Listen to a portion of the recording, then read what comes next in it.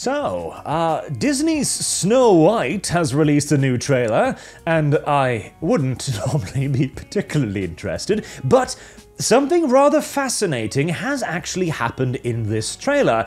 They have de-diversified the dwarves, which is not a sentence I'd ever thought I'd utter in my life, but here we are. As you might remember, the dwarves previously, dwarves quote-unquote, were a bunch of random extras they'd hooked in during filming, I can only presume, as they were a very strange-looking lot. And now they've all been replaced with little CGI dwarves, little white, fantastical CGI-looking dwarves that look like the actual dwarves in the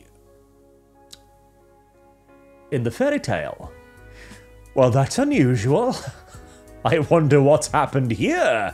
See, a lot of people have already focused in on the whole little like series of drama surrounding this. So I think the original idea was for the dwarves to be actually played by small people, like short people. And then Peter Dinklage, I believe, moved in and said, "Hey, that's discriminatory. Casting short people, vertically challenged individuals, I've forgotten the PC term. I doubt it's midget. Anywho, you're casting them in these roles. That's discriminatory," says Peter Dinklage, ignoring the fact that he's made his entire career off that. But hey, ladder go schwupp, of course.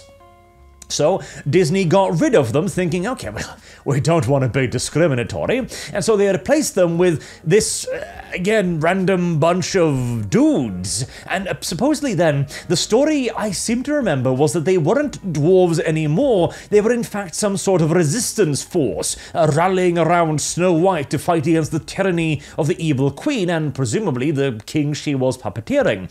And now we have classical-looking dwarves. They look like the dwarves. Again, this is very, very unusual in the current year. We have actually now seen a company, the likes of Disney, a very progressive company, actually turn around and move away from the progressive thing towards the older school classical thing, the conservative thing, if you will. Now, the movie still does not look particularly good, and I have absolutely no belief whatsoever that this is somehow going to save the movie. God, no. It's currently sitting at, what was it, 167,000 downvotes contra 47,000 upvotes. It's not doing very well. And again, the entire movie itself has built up such a negative PR presence now that anyone and everyone is going to just judge it straight down into the trash, regardless of whether or not it's actually going to be good.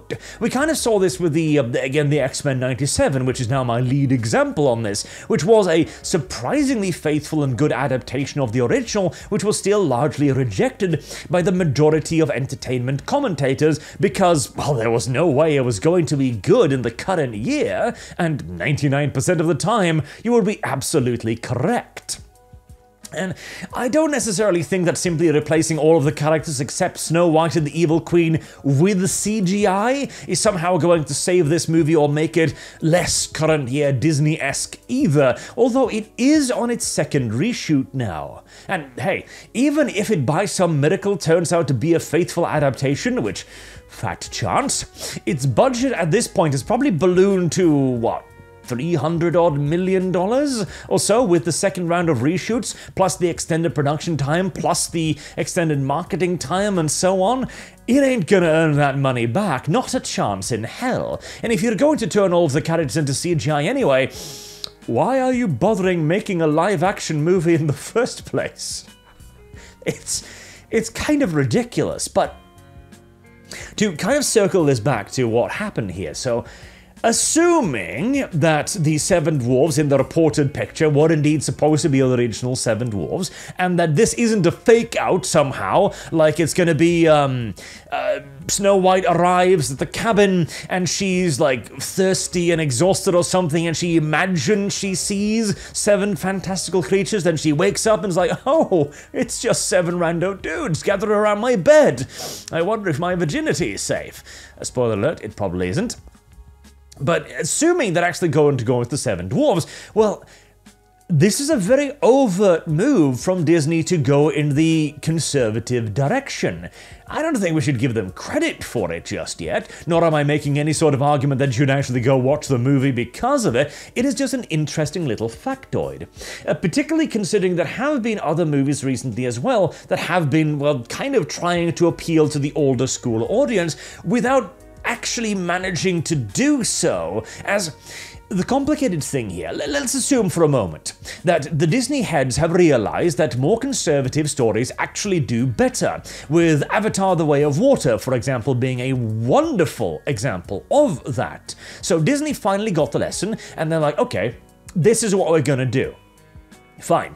The entire machinery down from there, however, is still very progressive. The amount of people you are going to need to fire to be able to get a conservative product out there is going to be staggering. Not to mention the people you are going to then have to hire in to create a conservative story in a conservative way without trying to ruin it somehow. Madame Web is a good example of this, where they had a bunch of hot women, dressed them up relatively sexy for the current year, but they failed to actually market that fact.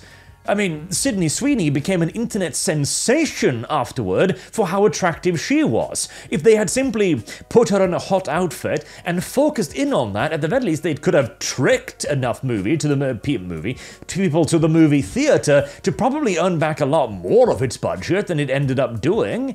Simple enough. Or X-Men 97, which was condemned first and foremost by the actions of its writer, who could not shut up on Twitter about what a progressive story he was making, even if the end product didn't actually bear out his threats, in essence.